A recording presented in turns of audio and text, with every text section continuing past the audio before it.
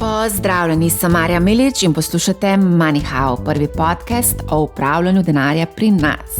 Preden gremo na današnjo vsebino, en manjši update vezano na bootcamp, kjer bodo udeleženci spoznali osnove investiranja in še kaj.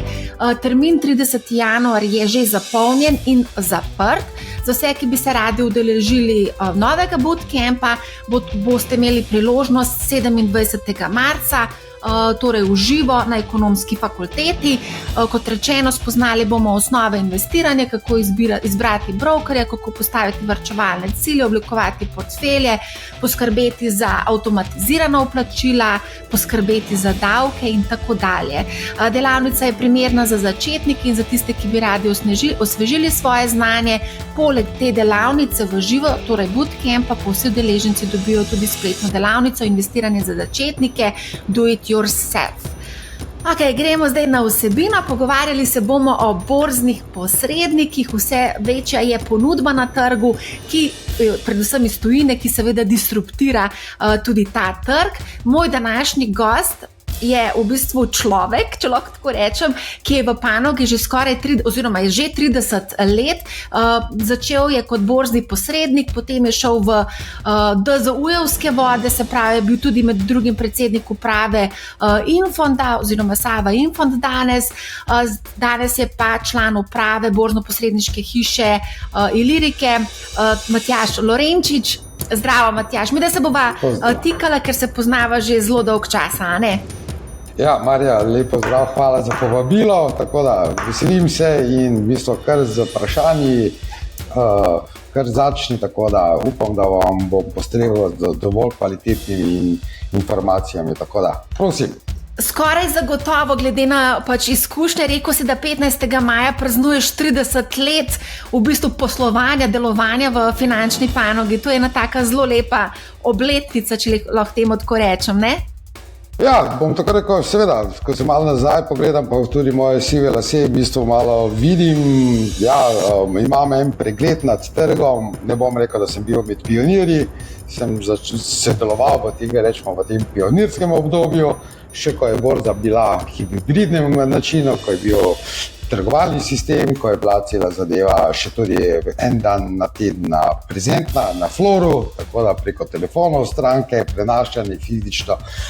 Ni še bilo kar ideja, delnice smo prenašali v škatlah in tako si jih razmenjevali, malo uradno, malo v kakšnem lokalu, malo na Trojanah, ampak dobro, nekako je to vse funkcioniralo, tako da ja, potem pa seveda sam razvoj naprej, tako da seveda odpiranje trga, rečemo svetovnemu trgu kapitala, potem DZU-jevski zadeve, kot se bila malo privatizacija, ampak predvsem bolj vzajemni skladi, v bistvu z tekočim denarjem, eni dve krizi vmes, pa tretja kriza, zdaj pa sem spet po zadnji 4 leta v primarnem okolju, to pomeni borznega posredništva, kjer se v bistvu vse začne, pa marsikaj kaj konča, tako da. Ja. To je tak en moj majhen pregled tega.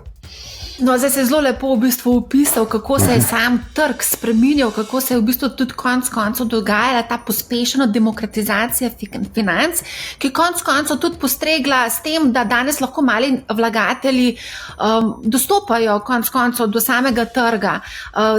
Ko se jaz spomnim, ko sem jaz začela pred 20 leti, to ni bilo tako enostavno, da sem ležala na kavču in samo malo poklikala in že kupila bodi si ETF, bodi si kakšno delnico. Danes pa to dejansko lahko počnemo. Pa daj mogoče ti povej, kako si ti doživljal to demokratizacijo, ki se je dogajala v zadnjih letih. Bom tako rekel, v bistvu sem kar fan, rečemo neke tehnologije, v bistvu dejansko sem bil tudi nekako v sami zadevi promotor tega, da se inovacije oziroma tehnologija, digitalizacija pospešeno uvaja v, rečemo, ta finančni sektor. Ravno dostop, vse zakaj pa smo, v bistvu se vedno moraš vprašati, zakaj si borzni posrednik, v bistvu, da da nudi storitev stranki. To pomeni, stranki se moraš približati. To pomeni, stranka mora biti enostaven, pregleden, transparenten, pa rečemo tudi na koncu stroškovno učinkovit način, da normalno, da bo le takrat bo posegala po tvojih produktih, storitvah. Tako da cela zadeva, ja, seveda, bom rekel, tega prezentnega trgovanja, pa klicanja telefonov, pa ne smemo pozabiti faksov, pa naročil, pa če so bili 2 dni na tisti faks na soncu ležal, je zbledelo naročilo, pa pisanje knjig, naročil na roke, pa zaključnic, ja, bom rekel, seveda, vse v bistvu se danes nič ni spremenilo, vendar mogoče lahko v eni minuti se sprocesira nekaj tisoč zadev. Takrat si pa lahko sprocesira samo eno naročilo, to je bila v bistvu količina. In drugo, kar je, bom rekel, ta online platforme, video identifikacija, dostopnost trgov, ki so, bom rekel, danes dejansko en trg kapitala je postal en globalna vas, ker ni problem kupiti delnice na Japonskem oziroma tudi kjerkoli, na vsaki kotiček, ker pač je borza, neka članica mednarodnih borz oziroma združene borzi, pa da imajo neko normalno infrastrukturo spostavljeno. Tako da ja, v bistvu trg je postal, kapital je res postal v bistvu globalna vas in se tudi hitreje nagrajuje in kaznuje. Tako da pomeni pretok informacij in nagrajevanje je zdaj bliskovito hitro, kar tudi vpliva na neko volatilnost. Zdaj, če gremo zelo, zelo nazaj, včasih so pač informacije plule z ladjami in seveda, če je prišlo do kakšne krize, preden se to razvedele, to so tudi tedni minevali. Tako da danes je ta informacija toliko je instantna, vendar na drugi strani pa ravno povzroča pa težave pogosto vlagateljem, ker preveč informacij, preveč absorpcije, to pomeni hitro zamegli racionalni del in v ospredje pridejo te emocije in emotivno ravnanje vlagateljev, impulzivno in doskrat naredijo kakšno škodo na portfelju. Pa dobro, to je bilo tudi včasih tako, ne moramo reči, da je zdaj to nekaj novega. Tudi včasih se dogajale iste stvari, samo mogoče ne tako hitro, kot se danes zgodijo. Ja, to je res. Vse pa izhaja iz ene tiste osnovne primernosti stranke ali njenega odnosa do tveganja, ali se v bistvu nekako, ko se odloči, ki vstopa, ko preden vstopiš na kapitalski trg, pa se vpraša, določeni naložbeni razred nosi statistično gledano neko potencialno verjetnost, da boš izgubil 20-30%, se vprašaj se, to pomeni, kako bom odreagiral, če bom 20 ali 30% tečaja pade, bi mogel v tistem trenutku jaz likvidirati pozicijo in v bistvu realizirati izgubo. Kaj mi to pomeni? V bistvu, nihče ni vesel, to prvo, ampak drugo ključno vprašanje, ali to spremeni tvoj ekonomski status, ali to zaradi tega se ne morejo več otroci šolati ali karkoli, to pomeni, da si naredijo neki masakr na svojih financah. Če delaš, ko si to odgovoriš in če temu vložen denar primeren tveganjem pa možni izgubi in je to v nekem ravnovesju, si tudi stranka umirjena in nekako tudi lažje krize morda bolj racionalno odvela, kot pa in ni tega impulzivnega ravnanja, ko potem strah prevlada in potem so ponavadi bolj slabe odločitve. Tako da, prosim. Prej si omenjal, da je bilo včasih praksa, da so stranke oddajale naročilo preko telefonskega klica.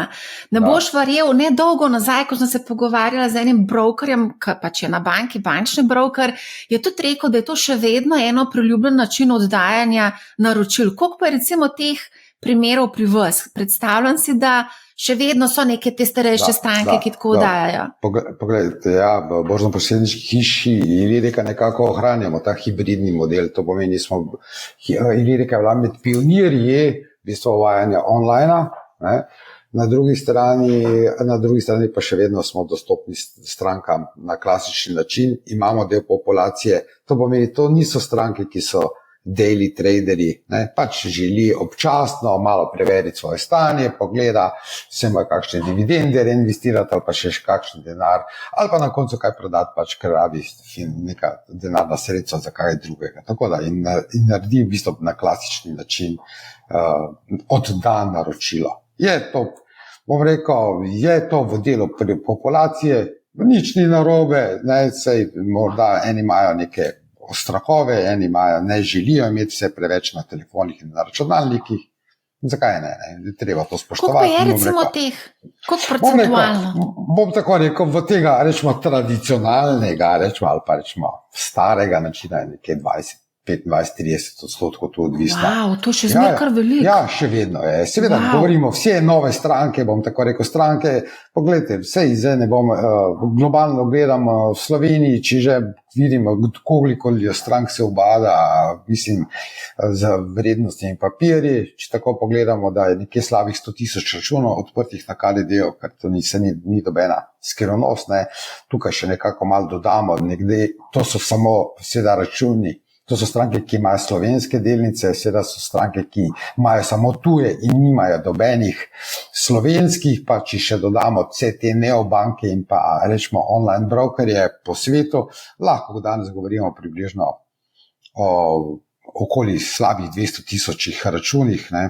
To pomeni, bom rekel, tukaj zagovorim, in to je nekje 10% populacije in pa rečemo danes govorimo okoli 20% aktivne populacije, tako da, doskrat, ko slišim, da slovenski trg ni razvit, jaz pravim, da je, ne, te številke, ki so primerljive z nekimi evropskimi številkami, to pomeni, koliko strank ima neko premoženje v vrednosti papirjih. Ne. Še zmeraj je to relativno majhen odstotek, ne?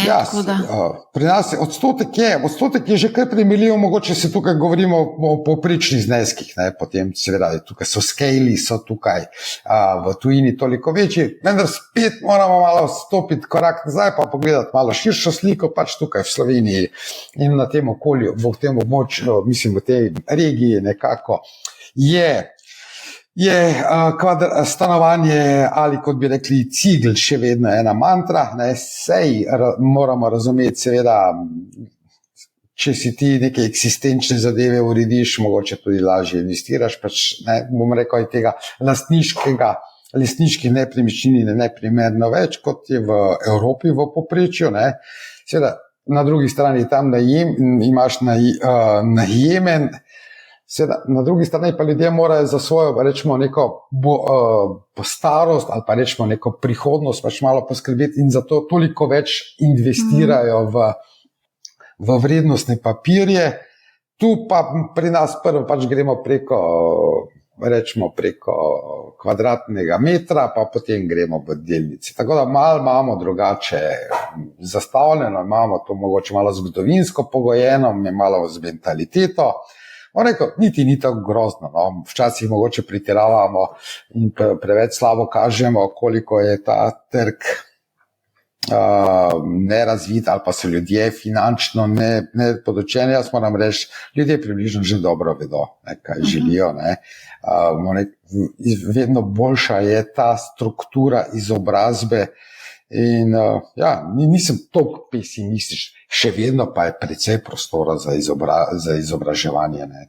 Najverjetneje to za svojimi poslušalci, gledalci imaš mogoče več kontakta, ne, ampak A ti lahko povem, kaj se mi je danes zgodilo? Bila sem v slaščičarni in je pristopil en mladenič do mene, ki ga zdaj zelo lepo pozdravljam in poslušam Moneyhow namreč, in je povedal, da je tudi zasluga Moneyhow, da je pač sam začel investirati in pokazal mi je trgovalni račun, koliko je ustvaril donosa v lanskem letu. Čestitam. Vidiš, to je taka lepa zgodba. A lahko sem nekaj? Zdaj si ti rekel, na klirinško-depotni družbi KDD-ju je približno 100,000 teh trgovalnih računov. Mogoče bo me kdo popravil, ampak tu taka groba številka bo držala.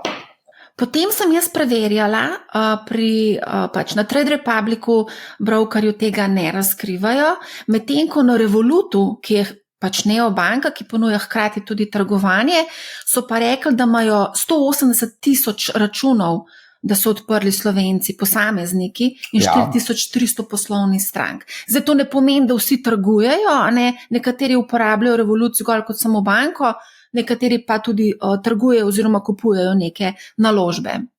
Ja, bom rekel, marsikdo, ki ima tam, rečemo Revolut, prvo malo za hec, imaš tale refer programe, pa prijatelja povabi, pa si malo prenakaže, pa malo vidi, da to dela, pa potem grejo pod spore meni, pa vidi, da lahko celo neke delnice kupi, pa proba malo, pa veš, bom rekel, da ne smemo pozabiti še nekih drugih konkurentov, ki so na tej strani Atlantika in na oni strani Atlantika, tako da kakorkoli, ljudje imajo počasi izkušnje in vedo, tako da ni čisto, bom tako rekel, Dajte še mečkani zovem. Zdaj omenil si, da je pomembna stroškovna učinkovitost, tega se definitivno poslušalci Moneyhowa zavedajo. In zdaj na tem trgu prihajajo številni brokerji, neobrokerji in hkrati tudi neobanke, ki ponujajo storitev trgovanja. Ena izmed zadnjih, ki je ponudila storitev trgovanja, je bila N26. Se pravi Revolut, N26, Trade Republic. Številni uporabljajo od teh, ki poslušajo Moneyhow, Interactive Brokers. Se pravi, konkurence je kar precej. Kako recimo vi to konkurenco občutite in ali meniš, da poleg se pravi Ilirike uporabljajo vaše stranke tudi druge račune, mogoče prvo skupujejo slovenske delnice, medtem ko ETF-e pa kupujejo, ker je cenovno bolj ugodno to kupovati preko tujih brokerjev, kot pa pri vas? Ja, bom tako rekel, ta konkurenca vsekakor je dobrodošla, tudi nas žene to, da se razvijamo, da smo boljši, seveda vemo, pomembnost vpliva samega tega stroška trgovanja, vendar moramo malenkost tukaj ločiti, v bistvu prvo, kar je, mi smo tukaj fizično prisotni, prvo, kar je, bom tako rekel, ko se kaj zalomi z fursom, mi imamo podatke, stranke lahko postrežemo in bolj ali manj, če vse normalno. Moramo povedati, da ta storitev tudi stane, ni zastonj. Bom tako rekel, ampak stranka dobi podatke, ti so brezplačni podatki. Eno je priprava in oddaja, drugo pa ima dostop do podatkov, ki so pa strukturirani. Bom tako rekel, to so ene take majhne zadeve. Ja, bom rekel, drugo, kar je, da ne bom zdaj vseh tujih konkurentov se dajo v isti koš, ampak prihaja do razlike. Ali ti, ko odpreš v tujini račun, dovoliš brokerju, da tvoje papirje posoja, ali ne, to je razlika. Ko jih posoja, je že tveganje, seveda je majhno, vendar obstaja tveganje. To pomeni, pač ni zastonj kosila nikjer, mislim, v tej zgodbi, tako da, ampak bom tako rekel, nekomu, ki nekje manjše zneske vrti, seveda zdaj ne bom se tukaj spuščal, nekomu je, vsaka evro je spoštovanje do vsakega evra, ampak razlika, ali ti vrtiš 500 evrov, pa si malo igraš za papir, pa kupiš malo pelentirja gor, pelentirja dol, pa rečemo nekaj cikino, če pa ti nekako permanentno ali pa to imaš nekaj malo bolj substančni znesek, ki ga malo vrčuješ v delnicah in nisi daily trader, pa potem ti variabilni stroški, ki jih ni, ker nisi daily trader, smo potem tukaj. In za nekaj, bom rekel, za nekaj 10 evrov na leto razlike se stranke precej boljše počutijo z brokerjem, ker ga lahko pokličejo, nekdo telefonsko dvigne, ne rabi se za mailom učiti, nima samo customer supporta oziroma nekega AI na drugi strani, ki ti daje neke generične odgovore. So še ene take zadeve, ki bom tako rekel, pogledajte, ne rad govorim, pa skoraj ne, ampak mislim, da bom prvi zdaj v javnosti govoril, življenje ni večno.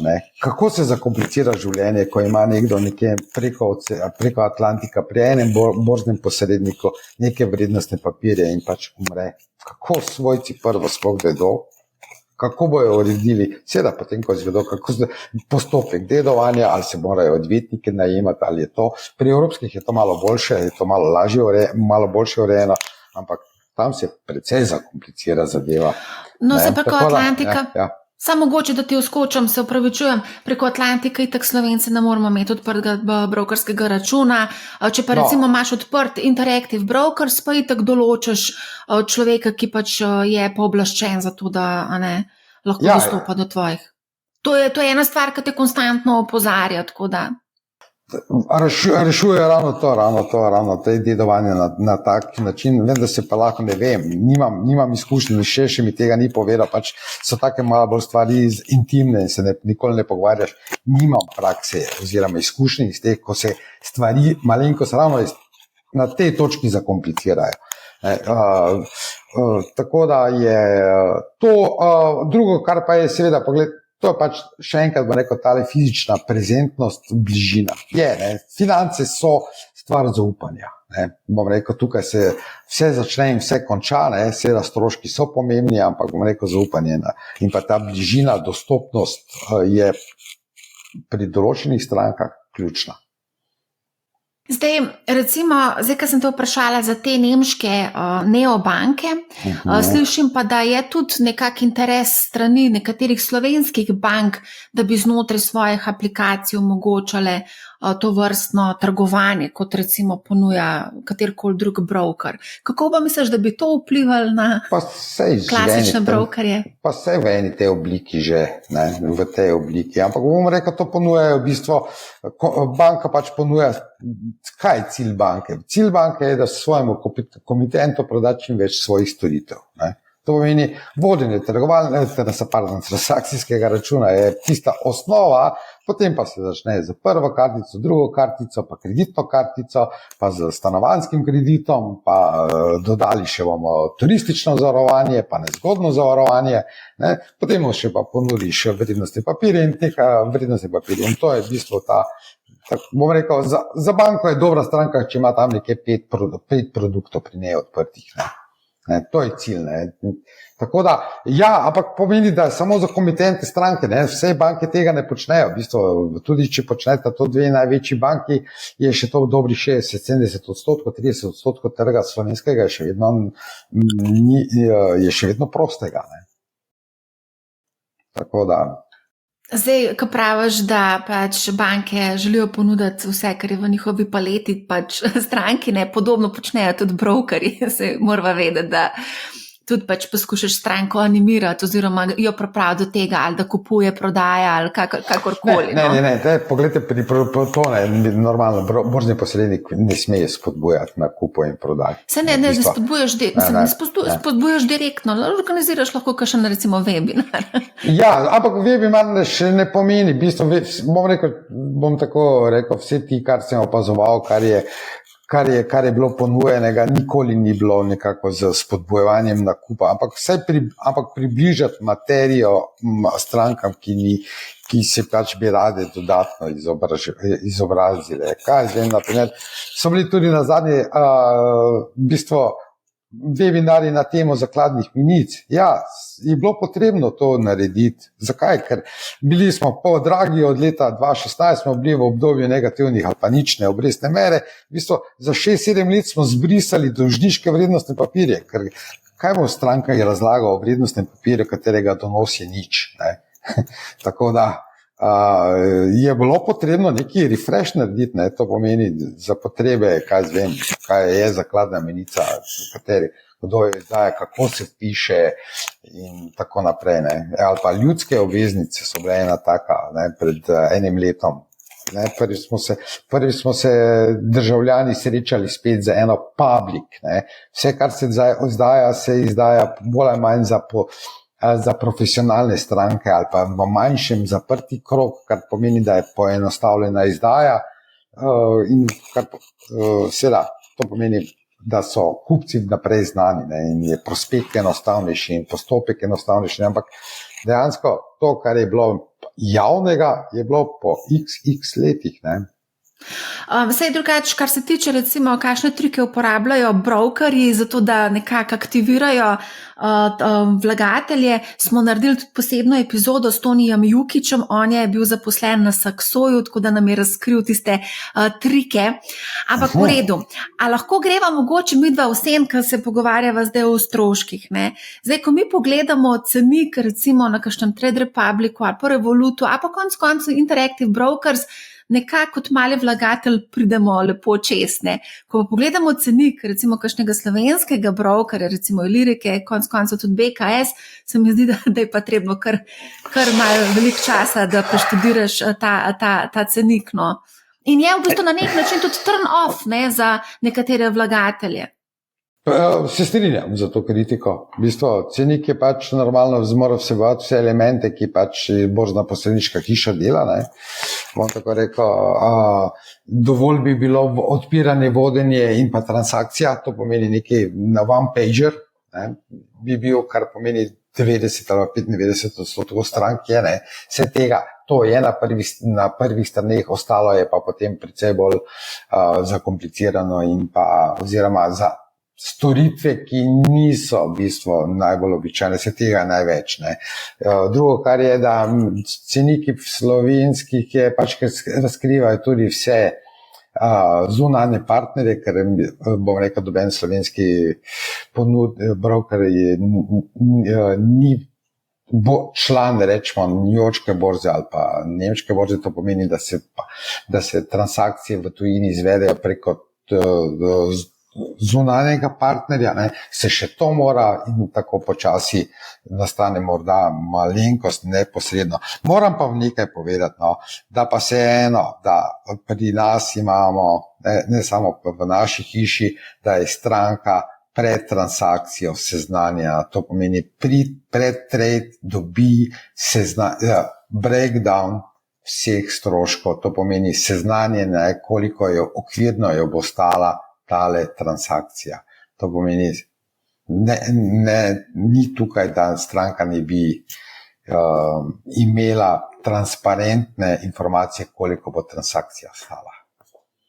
No, se to tudi omogočajo drugi brokerji, pač da biš natančen pregled nad stroški, tako da. Eno drugo vprašanje bi me zanima, a pa obstaja tukaj prostor, zdaj, ko se primerjate z pač digitalnimi brokerji, a je tukaj prostor za zniževanje teh provizij? Recimo, za slovenske delnice en tuji broker pač ponuja po pač nakup oziroma transakcijo 1 evro, medtem ko pol gremo preračunavati pri slovenskih brokerjih, pa to kar pride precej višja cena. Vem, poznam za tega, ki ponuja za 1 evro, ne,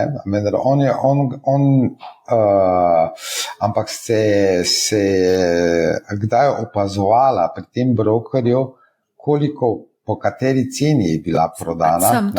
Ne samo pri teh brokerjih, tudi pri naših brokerjih prihaja do razlike med nakupno in prodajno. Sem tudi opazila, sem gledala enkrat prav zaradi kritike, ki smo jo dobili, da pač je ful velika razlika, sem šla potem tudi naše brokerje gledati in sem tudi videla, da je razlika. Odvisno seveda, kdaj kupaš, ne? Ne, moramo vse v isto časovno točko postaviti, ne? Ja. Ampak to pomeni, če bi danes, rečemo na nekem papirju, ki je srednje trgovan in je spread že na borzi, ljubljanski borzi med bidom in eskom procent, ne, to pomeni, če danes zdaj v tem trenutku stranka želi kupiti, pa pač mogla ali se nastavi, da limitirano naročilo ali ga pa zapre, ne, navzgor, ne. Normalno, če je to, ampak pri teh tujih brokerjih, ne, ko pa za 1 evro transakcijo naredijo, je pa še ta cena malenkost višja. Ne, to je potrebno opazovati, ne, tako da tukaj prihaja hitro do procenta ali več. Jaz sem se malo igral, ne bom rekel, da vsak dan to analiziram, ampak bom rekel, prihajalo je od procenta in navzgor razlike od trenutnega možnega nakupa, ko bi jaz lahko danes zaprl na ljubljanski borzi in pa na tradu, ki je bil tam narejen. Ja, tudi jaz sem se igrala, pa sem tudi prišla do teh razlik. Ne, ne samo pri tujem brokerju, tudi pri domačem. Ne, pri domačem pa skoraj ne moram verjeti. No. Mislim, če je on član ljubljanske borze, bo stranka dobila po tistem trenutku, koliko je ponudba, poceni ponudbe, kot je najboljša ponudba. Ne. Tako da tukaj prihaja, pogled, tukaj ti brokerji seveda potem tudi ponujajo fraktale, ne. To pomeni, da lahko kupiš delček, ne, seveda.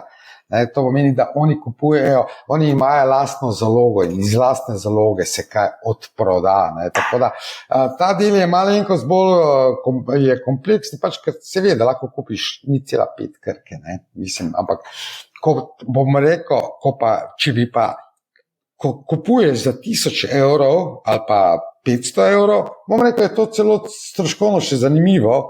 Ne, najverjetneje pa za 100.000 evrov pa ne boš kupil, ker da boš 1% ali pa dobro procent premije plačal, pa tudi če je potem brokerska provizija 1 evro, 1% nikjer ne boš v Sloveniji mogel plačati, tudi če se potrudiš. Ne. Takih provizij pa tudi ni. Ne. Provizije v Sloveniji rečemo, da saj, če pogledamo, bom rekel, overall za vsem, bom rekel, tam med 0,4 in 0,5, no, bom rekel, so.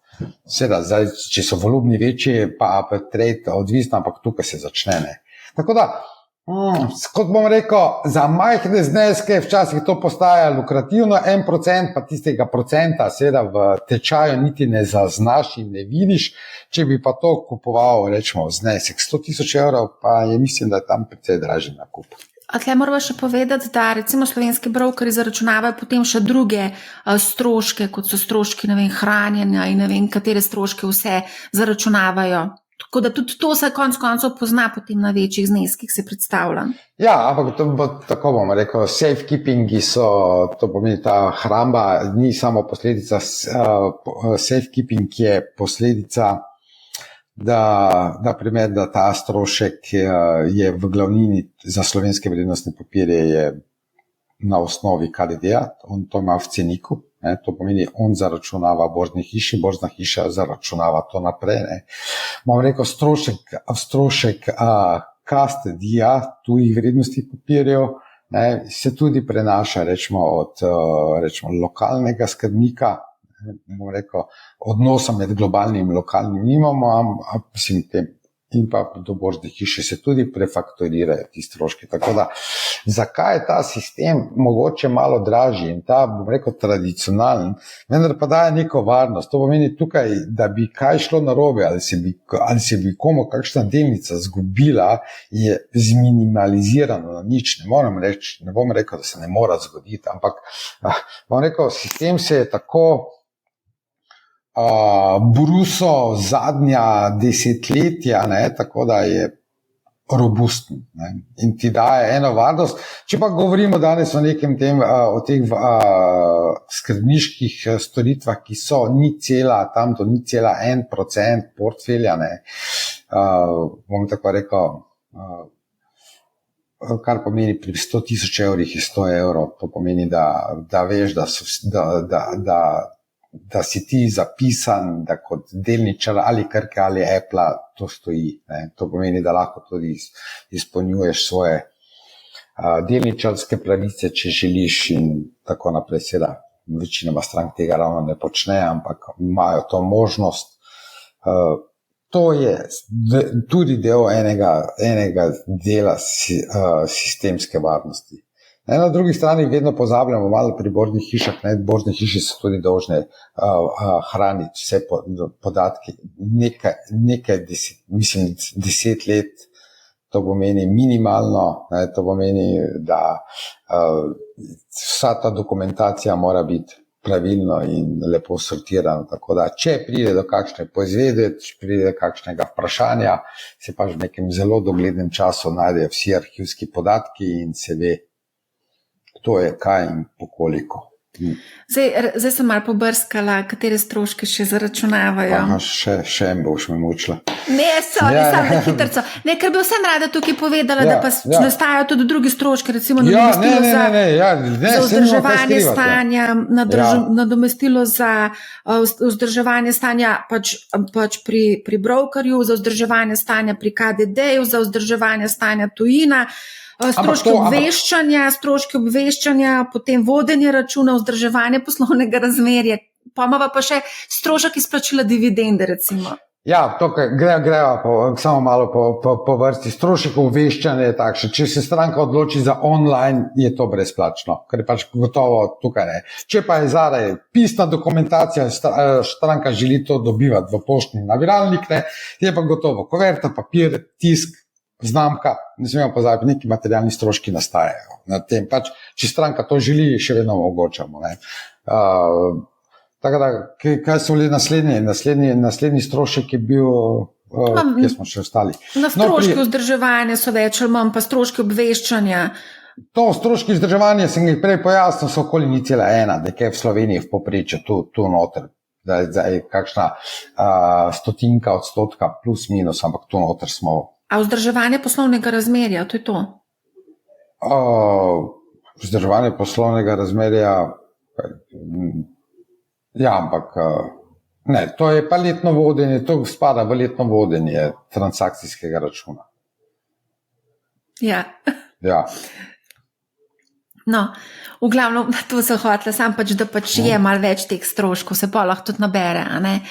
Drugače pa s tabo strinjam, kar se tiče tega bidesk spreda, da je treba biti pa zelo pozoren pri brokerjih. Pri malih zneskih stranka ne bo zaznala, pri 100,000 bo pa videla, da se je ustrelila v koleno s takim manevrom.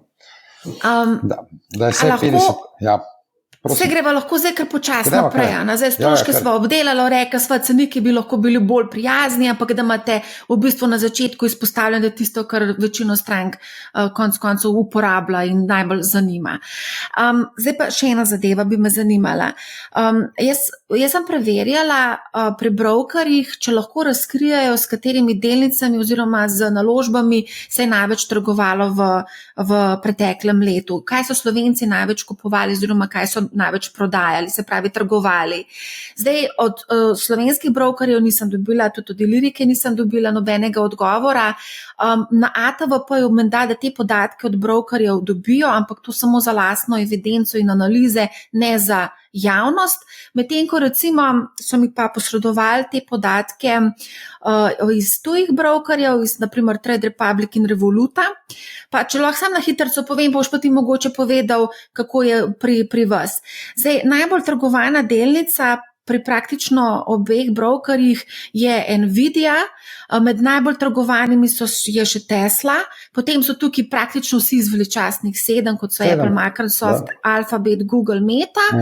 Pa od slovenskih delnic, recimo pri Trade Republicu, Krka in pa NLB, to je tudi pokazala analiza Ljubljanske banke, Ljubljanske borze, ki je bilo tudi največ prometa za obema delnicama. Deva najprej pogledati delnice, pa greva pa na ETF-e. Kako pa recimo pri Iliriki? No, poglej, bom tako rekel, tudi mi ne razkrivamo, vendar to, kar so ti ponudili tuji providerji podatke, so ti podajali po market capu in pa tudi po volumnu. Za Slovenijo ne rabimo biti strokovnjaka, ne rabimo data digna delati, ampak bom tako rekel, najbolj trgovani vrednostni papir, pa ne bom rekel pri Ilirike nasplošno, že zaradi tega, če samo pogledam po prometu na Ljubljanski borzi, je gotovo Krka in NLB, tukaj se izmenjujeta. Potem pa pride en majhen gap, pa pride naslednja skupina, ki se potem povezan, kjer je potem skupina, bom rekel, zavarovalnice, Petrola, pozavarovalnice Sava in Telekom, potem pride pa še malo nižje, pa kakšna Cinkarna pride, potem se pa cela stvar zaključi. In če kar sem zdaj v bistvu ti naštel prva kotacija. Tako da ni dobena znanost in tudi če pogledamo, kar so tuji brokerji povedali, Nvidia, pa malo Tesla, pa malo Apple, pa malo Microsoft, pa vseh ostalih 7 veličastnih, ti predstavljajo v bistvu v MSCI World Indexu, ki je pač nekako, bom rekel, predstavlja skoraj 25% celotne tržne svetovne kapitalizacije in to je to. Tako da, bom rekel, ljudje se večinoma trgujejo za tistim, kar je tudi največje, oziroma bom rekel, odgovor je dost enostaven in bom rekel, bi bil presenečen, če bi karkoli bilo drugače. Ja, mene pa je malo presenetila ta statistika, kakorkoli. Mislim, dobro, s temi delnicami, ki smo jih omenjali, o katerih se tudi zelo veliko piše in govori, to ne. Recimo na Revolutu je bil med kar visoko, na 3. mestu NIO, to je kitajski proizvajalec avtomobilov, največ električnih avtomobilov proizvajajo, je pa delnica tako kar bila zanimiva, no? Je bilo kar zanimivo dogajanje na tem trgu. Mislim, da je celo upadla za 43% v lanskem letu, ampak Slovenci smo pa kar precej trgovali s to delnico. Pa recimo zanimivo mi je bilo na Trade Republic Nike. Nike je imel orang krizo zdaj, ne? In je upadel za 29% v lanskem letu. Tako zanimivo je gledati, ne, medtem ko Adidas, ne, je pa zabeležil 32% plusa. Tako da, ne, zanimivo. Da se najde tudi taki, da dejansko to pride na lestvico top 10, no? To je zanimivo, ja, dobro, bom rekel, vsaki taki geni, naprimer paci, naprimer tukaj ljudje doskrat padejo v neko zgodbo, mislim, v nevarnost temu, mi rečemo falling knife, ne probaj ujeti padajočega noža, ne, ker se boš malo porezal. Potrebno je tukaj malo pogledati pod samo podjetje, samo poslovanje, mogoče iti štacuno pa pogledati sploh, kaj ti prodajajo, in če vidiš, da ravno imajo njihova kolekcija tak srednja žalost, ne, in ne, bom tako rekel, prav okoli Nike sem na zadnjem na letališču sem sedel, malo je bilo zamude, pa sem imel čas, pa sem rekel, nekaj si moram početi, in si šel šteti ljudi, ki so pač v neki moji bližini sedeli, in sem gledal, katere znamke obutev imajo. Ne? Dobro, predtem še nisem takega analize delal, ampak kar je bilo zanimivo, da sem približno od enih 35 oseb je samo 3 ali 4 so imeli Nike, vse ostalo so bile druge blagovne znamke, da jih ne bom našteval, pa nočem parafrazirati. To je signifikant, to je signal, da se pač te delnice ravno, pa ne zdaj razumeti, to je zelo moje, to ni stališče lirike, ne, ampak bom rekel, to je takšna field analiza, pogledaš, kaj ljudje nosijo, ne, tako da gospodinski pristop, ne. Ja. Vmes je še vodstvo zamenjalo Nike, ne, tako da... Ja, bom rekel, ljudje na letališču, samo včasih, rečemo, mogoče 20 ali pa 15 let nazaj bi bilo vse 50% bi bilo v Nike-cah, ne. Verjetno. Zdaj pa imamo, dobro, vse posod ne moraš take analize delati, ne, pri nekih potrošnih dobrinah, kjer je pa lahko pogledaš, ne. Ampak to, kar si ti rekel, se mi zdi zelo pomembno. Ljudje lovijo vroče zgodbe. In ena od vročih zgodb, ki je pa tudi prišla na lestvico top 10, je pa biotehnološko podjetje Novavax. To je pa res bizarna zgodba. Mislim, sam graf, če pogledaš, je neverjeten. Od začetka, v bistvu v prvi polovici leta je delnica pridobila 300%, potem pa je v drugi polovici leta upadla za, mislim, da skoraj 2/3, ne, v drugi polovici leta jo sledi upad in skratka dramatičen upad, mislim, da skoraj 2/3, ampak pod črto je še zmer v plusu 70%. Ampak to so tiste, ki ljudje lovijo vroče zgodbe. Ukvarja se pa z razvojem zdravil za COVID in gripo. Okoli teh zgodb bom tako povedal, v bistvu to so neke, rečemo, bom rekel, to je prišlo z časom COVID-a, bom rekel, z razvojem družbenih, socialnih omrežij, ker se stvari zahajpajo. Spomnimo vse tistih, kaj so bile GameStop, delnica je bila ena taka prvič na Robin Hoodu, kjer so naredili svojo grupo in se hajpali sami sebe. Seveda, in ko ti aktiviraš nekaj 10,000 mladcev po $1,000, narediš lahko pritisk na papir, ne. Tako da, jaz sem tako rekel, bolj ali manj se nekako osebno izogibam, ne, takšnim zadevam. Ne. Na drugi strani pa ne moram reči, da sem pa čisto imun na momentum trading. To pomeni momentum strategije, ki so bom rekel, sploh v lanskem letu so začele precej bolj dominirati, ne, ker neki value stocks, mislim, pa to je, kot da bi dinozaure gledal in to se nič ne dogaja, pa tam, seveda, saj je luštna vrednotenja, tako kot so me učili pred 35 leti na faksu, ne, vse je špila, samo delnica se ne premakne, ne. Tako da ja, na drugi strani pa, bom rekel, strategija, kupi delnico, ki je prebila all time high, ne, pa si v igri, ne.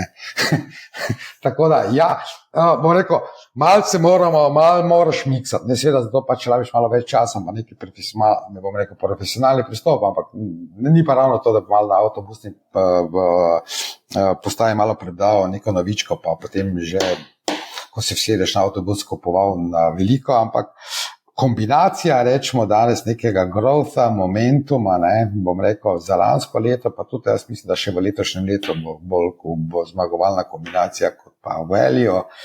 Saj vem, ja, kakšni finančniki se bojo križali, vendar žal je tako, ne. Ja. Tako da, ne, in bom rekel, ja, price earning cost, ne. Pa dobro, pustimo zdaj slovenski trg, ki spet malenkost drugačna, ko rečemo zdaj ti globalni razviti trg. Ja, kombinacija growth in momentum, to bo kombinacija za letos. A te lahko nekaj, glede na to, da imaš res dolgoletne izkušnje, pa daj mi povej, katera je bila recimo tvoja najboljša stava, pa najslabša stava v vsej tej tvoji zgodovini trgovanja, investiranja? No, tako da bom rekel, zdaj v odstotkih pa v papirjih ne bom rekel, prvo, kar je pohvaliti se moram, da nikoli nisem naredil masakra na portfelju, to pomeni, ne, kar pomeni, da bi neki chapter 11 ali neki default doživel z papirjem v roki.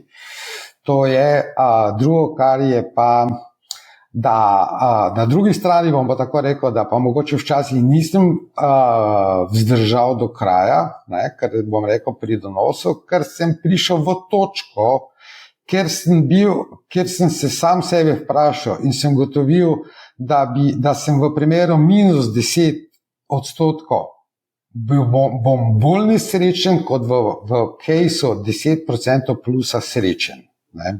In takrat sem se odločil za prodajo, likvidacijo, pa potem je še papir še 100% gor, ampak dobro. Tako da bom rekel, to je pa res, da ne maksimiziraš, ne, drugo, kar je pa take zadeve, najlepše zadeve so se vedno iztekle, v bistvu, ker si bolj malo kupil, pa malo pozaval, pa nisi bral, čeprav imam pa je drugo težavo, da v mojem poslu se skoraj tega ne moram izogniti, ne, to pomeni, da ne bi o tej delnici pač 2 meseca, ne, niti ne pogledaš, ne, ali pa tako malo ošvrtneš, ne, če vse še na mestu, bom rekel, kar so pa bile po posameznih papirjih, tako bom rekel, neke lepe izkušnje imam za slovenskim trgom, to moram priznati, ne. To pomeni ena taka long term buy and hold zgodba, vmes pobereš dividende, podjetja v zadnjih 5 letih so končno začela delati, bilance so začele cveteti, imajo, ne, kako dolgo bo trajalo, ne, v določenih sektorjih, panogah še bo gotovo malo trajalo to veselje, ne. Za tujino pa bom tako rekel,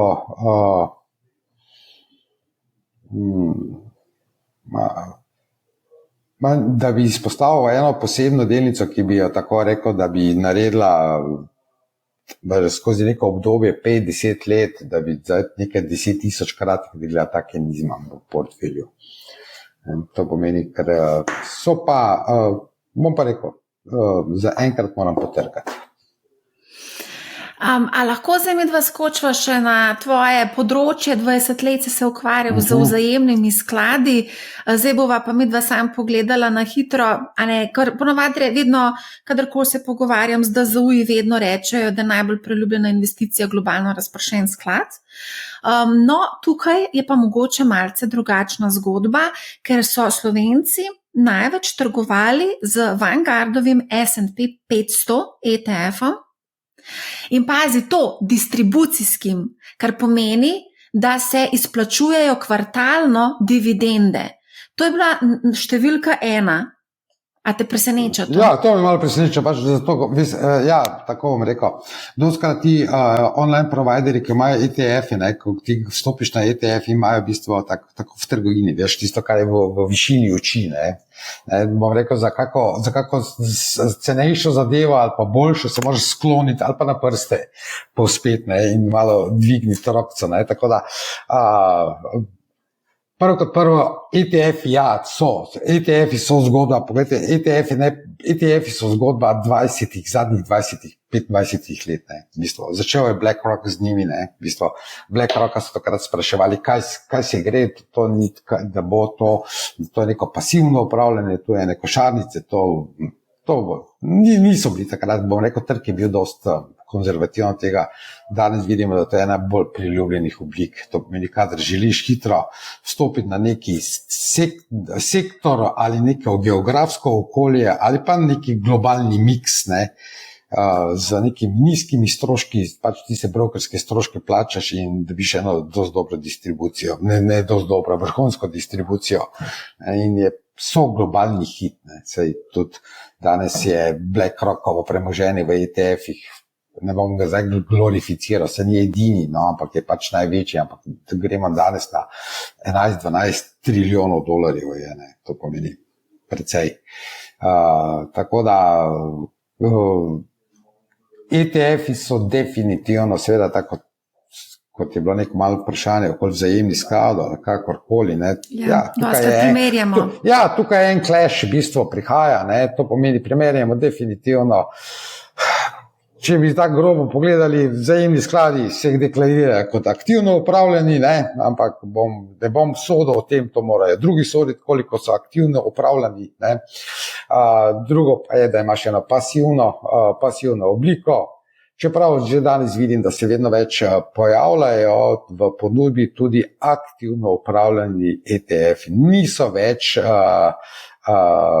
več tako poredki, njihove provizije pa so nekje tam 30-50% so nad osnovnim provizijo ETF, ampak kar pomeni še vedno, govorimo globoko tam pod 0,5% na leto. Da. Tako da to je, tako bom rekel, trg tukaj postaja, tukaj ta stiskalnica stroškov ta dela. In to največ, kaj je gotovo komitenti bojo pridobili. Se strinjam. A te lahko nekaj tukaj vprašam vezano, ker to dostikrat dobimo vprašanje od poslušalcev, da hoče kupiti nek ameriški ETF, ki nima KID-a, se pravi tega dokumenta s ključnimi informacijami, ampak o tem se zelo veliko piše po ameriških medijih, vsi to spremljamo, Yahoo Finance, CNBC, Bloomberg in slišimo za tem. Slišam pa, da lahko tudi preko naših brokerjev kupimo tak ETF, ampak moramo podpisati en dokument, obratno solicitacijo, da se torej strinjamo in da smo seznanjeni z vsemi tveganji, če kupimo tak ETF. Ja, pogledajte, s temi KID-i in s tem dokumentom za stranke, to pač je Evropska unija predpisala celo zadevo, to pomeni. Drugo, kar je, da je bom rekel, določeni ameriški ETF-i res tega ne objavljajo. Da če gremo na njihove spletne strani, dobimo skoraj ekvivalentne informacije, samo pač, da ne piše na naslovu dokumenta KID. Tako da to ne kupuješ nekega žakla oziroma da ni neke metrike oziroma podatkov, s katerimi si opremljen. Tako da, tako ste imeli določeni ponudniki to ponujajo, določeni ne, to je pač stvar hišne politike. Bom pa rekel, marsikdo, ki je, ampak govorimo to danes že predvsem o nekih nišnih zadevah, marsikdo, ki hoče globalno nastopati na trgu, je ta ETF še s tem KID-om opremi in ga je v bistvu zadosti potrebam. Tako da, pa drugo, kar je, včasih se ETF-i na določenih trgih, identični ETF trži oziroma kotira z drugo oznako. To tudi koga zavede. Ne rabi biti. Naprimer, imaš isti ETF na ameriškem trgu, imaš ga pa tudi, ki kotira na Xetri. Nima pa iste oznake. Tako da, malo tukaj je potrebno pri ETF-ih malo si vzeti časa, pa malo prebrati, ker je to je postalo že res enormno, pa malo prefiltrirati. Ne. Tako da, to je, bom rekel, vse ni dobena velika znanost. Ne. Če na Xetri kotira pa verjetno KID ima. Ja, tako da. Skisto ima, vse skisto. A greva mogoče skočiti, da ne bova zdaj preveč razvlekla, ker vem, da se ti mudi, pa bi vseeno mogoče skočila še malo na slovensko borzo, ker se obeta kar nekaj sprememb. Nekaj sva sicer omenjala, zakladne menice, na začetku pa tudi izdajo državne ljudske obveznice. Ne vem, če veš, minister Klemen Boštjančič je napovedal novo izdajo v začetku leta 2025, novo izdajo obveznice. Pa dajva mogoče to malo pokomentirati, kako je to vplivalo na poslovanje pri vas za izdajo te ljudske obveznice. Verjetno se je povečal promet tudi pri vas in zanimanje številnih investitorjev, da bi tudi pri vas kupili obveznico. To je eno od enih ukrepov v bistvu oživitve trga kapitala. Tudi izdaja ljudske obveznice. To niso samo, ne prepoznavamo samo tega, tudi vse sosednje države tukaj, bom rekel, pristopajo. Drugo, kar je, prvo je aktivacija domačega trga kapitala, domačega izobraževanja in pa aktivacija domačega vlagatelja. Na drugi strani pa tudi malenkost razpršitev v bistvu okolja, kjer se zadolžuješ. To pomeni, da ministrstvo za finance ne gre samo do Merrill Lyncha in samo tam izda eno obveznico Merrill Lynch kupi in potem pač bom rekel, vezan na Merrill Lyncha in pa te velike. To pomeni, da imaš tudi neko bazo, neko zaupanje v domačem okolju, kjer v bistvu se lahko zelo normalno zadolžuješ. Tako da, bom rekel, ta del je definitivno, daj bo ali bo letos še, da bo v začetku poletja ali v drugi polovici, ne vem, sem pa tudi slišal, gotovo, najverjetneje bi bilo smiselno imeti neki letni ciklus izdaje teh ljudskih obveznic. A mogoče lahko razkrijete, koliko novih računov ste odprli na račun te izdaje? Novih računov, ker moram za malo ločiti, ene so stranke, ki so bile, približno za 3% smo povečali število novih strank. Zdaj tudi zakladne menice postajajo zelo priljubljene med slovenskimi vlagatelji, to so se pohvalili tudi v zakladnici, so pač povedali, da je to postal zelo priljubljen inštrument tudi za male vlagatelje. Kako vi to opažate? Ja, dobro, Ilirika je postala kot partner Ministrstva za finance, ravno da imamo to licenco, da smo primarno vpisno mesto za izdajo zakladnih menic. Seveda, tam mogoče eno zlato obdobje je malo šlo mimo, ker smo imeli, ker je bilo donos tam debelo 3,5. Seveda, zdaj se to spušča globoko pod 3 z zniževanjem referenčne obrestne mere, tukaj tudi pada, vendar bom tako rekel, ni še, v bistvu, seveda vedno se moraš vprašati, vlagatelj, kaj pa je moja alternativa, na drugi strani je debeli nič, V bistvu, če ne želiš ravno, če bom rekel po teoriji, da ker je to res najmanj tvegan papir, je to še vedno za stranko, ki, bom rekel, skoraj ne želi sprejemati dobenega tveganja, je to pač potem po davku pa levo, nekaj tam dobra 2%, je še vedno dovolj lukrativna naložba. Tako da, gotovo vsaki taki kamenček ta vpliva v izgradnji skupnega mozaika, ker potem stranke se malo zanimajo, pa mogoče še jih to, pa morda malo premislijo, pa vidijo neke pozitivne učinke, da to ni.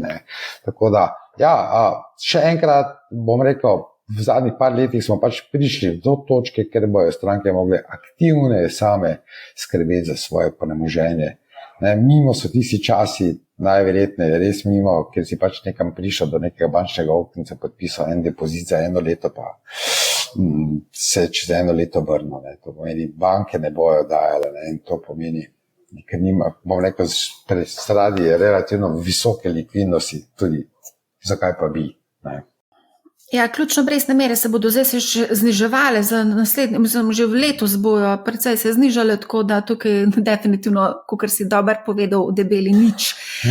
Pa vsem bi mogoče zdaj še naprej šla, glede na to strategijo razvoja kapitala, se napoveduje tudi uvedba individualnih naložbenih računov. Pa če dovoliš, bi pa vsem tukaj Igorja Štembergerja citirala, to je lastnik in pa šef Ilirike, ki je prav rekel, da si ti strokovnjak za to področje, ki se bomo mi da pogovarjala, on je pa strokovnjak za druga področja. Ampak kaj pa rekel o teh individualnih naložbenih računih? Povedal je, da bo to zagotovo koristen in dober produkt namenjen malim vlagateljem. Pričakujemo povečano zanimanje vlagateljev za ta produkt, ko bo na voljo, in posledično upamo na prihod novih strank s tem v zvezi. Mar se do drugi iz panoge pa reče, da ste fajn zlobirali. Ne, daleč od tega, to ni dobenega lobiranja, to je dejansko iniciativa, to ne pozna samo Slovenija, to ni naš eksperiment slovenski, tega poznajo marsikje. Tudi če pogledamo preko Atlantika, je malo bolj, ima zraven pokojninsko, poznamo IRA akante, poznamo te podobne račune oziroma poznajo v Italiji, poznajo, bom rekel, v Evropski uniji, tako da ne bom rekel, da to nič ni. Zadnja zelo enostavna zadeva je, da ustvariš eno manjše davčno ugodnejše okolje za stranke, ki so pripravljene del svojih prihrankov investirati v slovenski trg kapitala, nekaj prostora pa tudi pusti, da lahko pa investira globalno po svetu. To pomeni, ampak cilj je, da če hočeš imeti neke beneficije dobivati, mora biti nekaj premoženja investiranega v Sloveniji. A izvrševalo se? Se opravičujem. A izvrševalo se bo pa potem preko Ilirike oziroma preko drugih brokerjev tudi, ali ima kdo ekskluzivo tukaj? Ne, doben nima ekskluzive. Vsi, ki izvajajo, ki imajo licenco investicijskega podjetja, bojo lahko te račune odprli. Stranka bo odprla račun, stranka bo imela določene pogoje, bom rekel, osnutek je, kot ste ga videli, je v javni razpravi, tako da nobenih nič se tukaj ne izdaja. Na leto boš lahko vplačal toliko in toliko evrov in toliko od tega vplačanih sredstev bo toliko moglo iti v slovenske izdajatelje, ostalo pa prosto poprešeno. V zameno po nekem obdobju ne boš, kar pomeni transakcije znotraj niso predmet napovedi kapitalskega dobička. Če boš prodal po X ali pa rečemo 15 letih, se govori, ker pač imamo neko univerzalno stopnjo, boš izstopil z nulo. To pomeni, in tudi dividende ne bojo obdavčene, bruto dividendo boš dobil. Tako da je ta en majhen push, seveda bo pa znesek omejen, to pomeni, da boš lahko nekaj, zdaj pač govorimo nekaj 5000, bom rekel, tu še vse odprto, bom rekel, ne boš mogel dati neomejenega zneska, ampak ravno to, rečemo, da lahko masa potencialnih vlagateljev nekako delno izkoristi in dobi neko davčno olajšavo v zameno. Če bo del tega premoženja, govorim del tega premoženja, investirala v slovenske izdajatelje. Kar pa ne pomeni, tudi pomeni obveznice, ni samo zdaj delnica. Ja. O tem bomo individualnih računih bomo naredili ločeno epizodo, ampak v osnovi si povedal, kaj je bistvo tega. A vi boste prilagodili za svojo ponudbo v skladu z temi Gotovo smo budno spremljamo, bom rekel, zakon je v javni razpravi, ko bo prišlo potem do zakona, gotovo bomo takrat videli neke ideje imamo, gotovo pa bomo to gotovo prilagodili in seveda več kot bo ponudnikov, večja bo neka konkurenca in to pač trg je pa svobodni in verjamem, da je učinkovit in ljudje se bodo odločili tam, kjer bojo videli, da bojo imeli največje možnosti oziroma koristi. Zdaj pa se še na hitro zaskočva na kriptovalute. Za nekateri brokerji jih ponujajo, vi? Kriptovalute ne. Kriptovalute, bom rekel, zakonodaja, komaj mika zakonodaja je bila sprejeta, ne, to pomeni, da bi danes stranka lahko kupila neposredno Bitcoin. Ne, to pomeni, v tujih imajo, vendar to imajo ločeno, čeprav pač v aplikaciji vidiš to kot eno zadevo.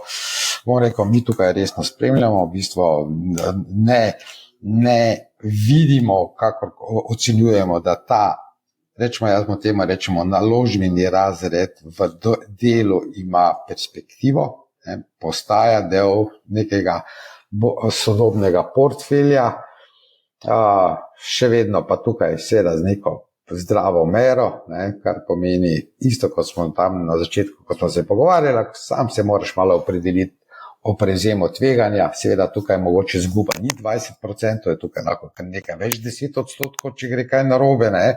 Tako da pač to moraš spet malo v zakupu in seveda zbalansirati svoj portfelj, tako da bom rekel, da ima neko robustno obliko, seveda pri kripto pa si spet potrebno malo časa vzeti. V bistvu ni zdaj vsak kripto, ne, to pomeni, v bistvu, pač poznamo za nekaj teh, bom rekel, teh starih mastodonov, ki imajo že celo neko uporabno vrednost, dobro, Bitcoin je bolj, jaz ga opazujem kot religijo, ne, drugi imajo pa celo neko uporabno vrednost, seveda, ključno, kar je tukaj zadaj, danes, ko o kripto govorimo zdaj samo o tečaju Bitcoina ali pa Ethera gor in dol.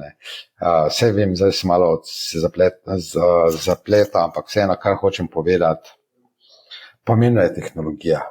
To pomeni, tukaj bo revolucija na financah, kar pomeni, ko boš ti na blockchainu lahko lastništvo vrednostnega papirja zapisal, to pomeni, kjer boš ti imel instantno poravnavo, ne T+1, T+2, zdaj. Ko boš ti danes delnico prodal, boš v tem trenutku imel denarna sredstva ali pa kriptosredstva, v kaj bo pač pariral tečaj delnice. Ko ne boš imel, potem ne rabiš skrbništva, rabiš samo blockchain monitoring tool in točno veš, kdo je lastnik, od koga si kupil in komu si prodal. Ta transparentnost je neverjetna, ne? In pa tudi hitrost. Tako da to bo ena revolucija. Seveda zdaj je neke špekulacije, ali bo Trump to dal Bitcoin pa svoje v nacionalne rezerve ga uvrstil in pa to, bomo rekel, to se zdaj malo borune, ampak tehnologija je ključna. Ne? Tehnologija bo spremenila našo industrijo. Bo in je že spreminja. Ampak eno vprašanje, pred kratkim ste imeli na Iliriki kriptosvet, kaj pa se je zgodilo s kriptosvetom? Ja, pogledajte, kriptosvet je bil, bom rekel, pred 2 leti smo ga štartali kot neko bom rekel, laboratorijsko podjetje je delovalo, vendar bom rekel, zaradi nerazumevanja rečemo, deležnikov v našem poslovnem okolju smo se taktično odločili, da bomo to dejavnost s to dejavnostjo prekinili. Nič ni bilo narobe, dobena stranka, vse stranke, bom rekel, so bile precej žalostne nad našo odločitvijo, vendar bom tako rekel, ravno nenaklonjenost in nerazumevanje trga je pač nas nekako pripeljalo do te odločitve, da smo to zaprli. Bom rekel, žal. Ja. Ok, kaj bova rekla še za konec našim poslušalcem in gledalcem? Kakšen dober nasvet prihaja volatilno obdobje 2025, to je idealno okolje za ustvarjanje dobičkov v strani brokerjev, a ne vam paše, če raste ali pa če pada? Ne, to je res. Ja, brokerič, vsaj ti vedno, volatilnost je dobrodošla, za stranke pa tako bom tako rekel. Če imaš neki zdravi portfelj, seveda zdaj, če ti uspe kak mal delček zatredati, pa v neke vrhe porežeš, pa nekaj nazaj ugodno vstopiš, ne, normalno si zmagovalec, se počutiš superiorno, ne. Bom tako rekel, če pa imaš en dober taki portfelj, pa včasih tudi kakšno obdobje pustiš in mal zaniha, pa nič ni narobe, ne. Bom rekel, največkrat se ljudje zapletejo, ko smo prej povedala, kot s tistim iracionalnim, emocionalnim delom nastopijo, ne, prepozno prodajajo, potem pa spet prepozno kupujejo in na koncu, bom rekel, več dela kot koristi, pa samo neka nervoza, pa nepotrebnem. Tako da, lepo zbalansiran portfelj, primerna količina, izpostavljenost, ne, to pomeni, kar smo večkrat omenili in bom tako rekel, če nisi ravno profesionalec, to ti ne sme biti breme in moraš malo uživati. Tukaj moraš imeti en taki pozitiven odnos, pač to je sestavni del, ne, pa rečemo nekega dela, pač življenja in brez nekih cirkusov, to ni doben hokus pokus, no. Ta financije niso tako grozno, kot zgledajo. Mi včasih to malo tako začinimo. Mi malo to začinimo, da stranke ne razumejo tako dobro. Tako da, ampak bom rekel, bom rekel, ena zdrava kmečka pamet, ena logika razmišljati. Če si vredo karte razložiš, boš tudi, ko se bo borze stresle, boš dosmeren, ne, pa lahko potem, če še imaš kaj denarja na strani, pa lepa, ki dokup narediš, ne. Tisto, kar si ti danes delo noro drago, ne, pa imaš malo neko vstopno točko. Vem, ja, lažje je to vse govoriti, lažje je to, ne, ko pa gre za res, ne, bom tako rekel, ja, pa v nekem trenutku ni več dobro brati preveč novic, no, kar škodi. Zanč mi je rekel kolega, da ko pada, da ga ne boli toliko, kot pa ko raste. Da je bolečina večja, ko raste, zaradi tega, ker ne veš, kdaj izstopa. To govori predvsem o kriptotrgu, kad tam pa res lahko doživiš noro rastne. Ne, to je tisto, ne, to, kar sem ti prej omenil, pač moja neka logika. Ko priš v točko, se moraš vprašati, kaj ti 10% plusa ti pomeni več veselja, ali bo 10% minusa večja bolečina, ne, in ko se ti to prevaga, ko rečeš, da je bolečina večja, prodaj. To je to. Simpel. To je to.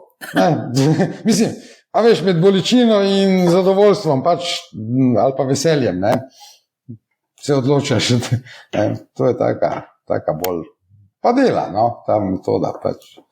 Se pravi, da ne smejo biti finance, ne smejo postati breme, ne, dobro, čisto za šalo tega ne smeš jemati, ne rabiš pa zdaj tukaj doktorirati, no. Jaz tudi to pravim, tudi na Moneyhowu to govorimo, da finance niso bav in dejansko to ni neka znanstvena fantastika, da bi rabil doktorirati, a ne kot ti praviš. Je pa resno, če kupujemo kakšne delnice, je pa tukaj treba vse malo več znanja, pa ETF-ih, mogoče malo manj, ko kupuješ košarico, a ne. Ja, zato pa začneš malo, ETF-i pa si narediš, jaz vedno rečem, neke globalne zadeve, stranke kako najlažje razložim, ne. Predstavljaj si, da je tvoj portfelj pica, ne. To pomeni testo, naj bojo neki globalni ETF-ki od nadevo, ali bo bolj pikantno, ali bo vegetarijansko, ali morsko, ne. Pa je potem, ampak ti imaš substanco, to testo, ne, se pica, kaj zvem, 80% je, ali pa 70% je testo, ne. Ja, evo, lepo si to povedal, lepo si zaključil tole debato. No. Najlepša hvala za odlično debato. Hvala za povabilo, vse dobro vsem. Okay. Hvala. Naročite se na podcast Moneyhow, zelo bom vesela, če boste posredovali informacijo o podcastu prijateljem, znancem, sorodnikom in vsem, za katere menite, da bi jim vsebina lahko koristila. Poslušajte Moneyhow, ne bo vam žal. Lep pozdrav!